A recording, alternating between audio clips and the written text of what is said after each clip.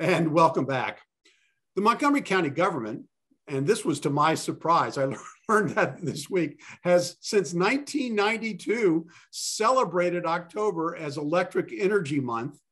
And this year it's focusing all of its efforts to electrify everything, quote unquote. That was the pamphlet that was sent out to all residents by email.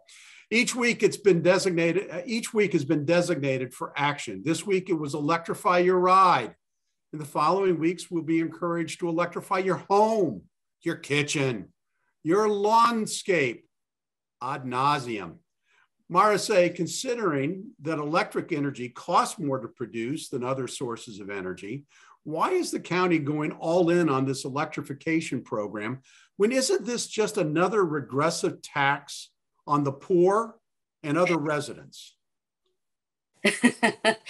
I'm thrilled to see, efforts, and like you, I didn't realize that we were, celebrating this every October. But hey, listen, I, as a homeowner, I looked into the different solar panel programs, and I was really happy to learn that we have one of 14 in the country, one of the 14, what's called the green banks. And we have one of those in Montgomery County, and you can actually apply to have either your business or it could be a small business, it could be a commercial building, to either have go into a loan program or even grants program to electrify your building. So I think this is more of a campaign to really get the resources out so that we can become more informed as Montgomery County residents. And frankly, we're already paying those taxes. So it's really, I think it's a smart move to see, how we can use our own taxes that we're contributing to the county revenue to see how we can electrify, in terms of what it's in our means, Casey. Well, I'll go to Mark in a second, but I will just comment. California has gone all in on electrification, and they are running on a daily basis brownouts and encouraging people not to charge their cars, not to run their wash machines and their dishwashers. I mean, there is a point where a good idea can be a bad thing. Or am I wrong, Mark?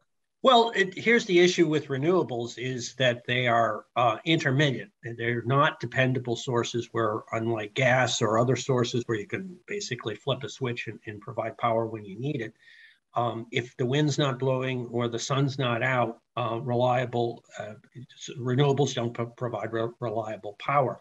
That means you really need a kind of parallel electric infrastructure in order to be able to step in when renewables are not available. And that's been a challenge across the board. We look actually not just California, but Texas has had a similar set of issues. And there's a cost associated with it. So yes, it's great to be able to use solar when it's available or, at different times. I want to look ahead too. We're not just talking about Montgomery County. The foundation has been laid at the state level for a possible mandate to stop gas-powered cars from being sold in a relatively short period of time in the next decade. And really there's an issue whether or not the infrastructure is available for that as well. So picking up on that point, you know what the number one selling vehicle in America has been for the last 15 years? It's been the F-150 pickup truck, gas powered.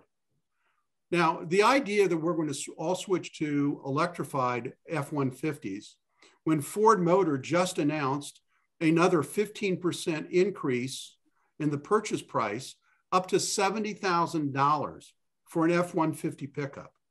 I mean, I think our leaders are forgetting that the elasticity and the availability of people to purchase these vehicles is going to run out.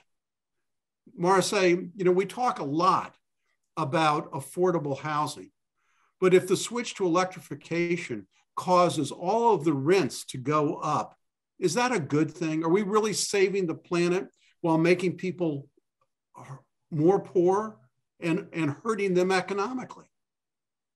Well, I think even if we were to look at our master plans, we are increasingly developing parts of the county that are walkable communities. So I think while I hear you on the most popular vehicle or what have you, yeah, it's because, I mean, if we're looking into the future and you're looking at my generation and generations to come after that, there is a shift in trying to become less dependable on vehicles. So when it comes to affordable housing, it's not really going to be, the electrification of the buildings that's really going to, have an impact on whether people are going to be able to afford it or not. It's really going to be based on availability, supply and demand, and then also regulations to make sure that we're not gentrifying or pushing people out.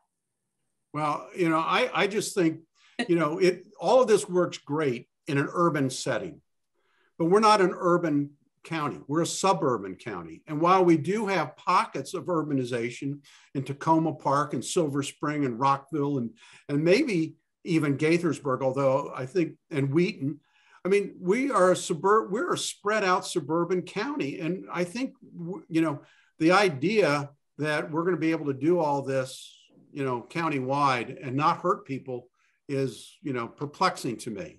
Well, and the figures for the use of mass transit over several decades of promotion don't support the notion that this transition is going to take place.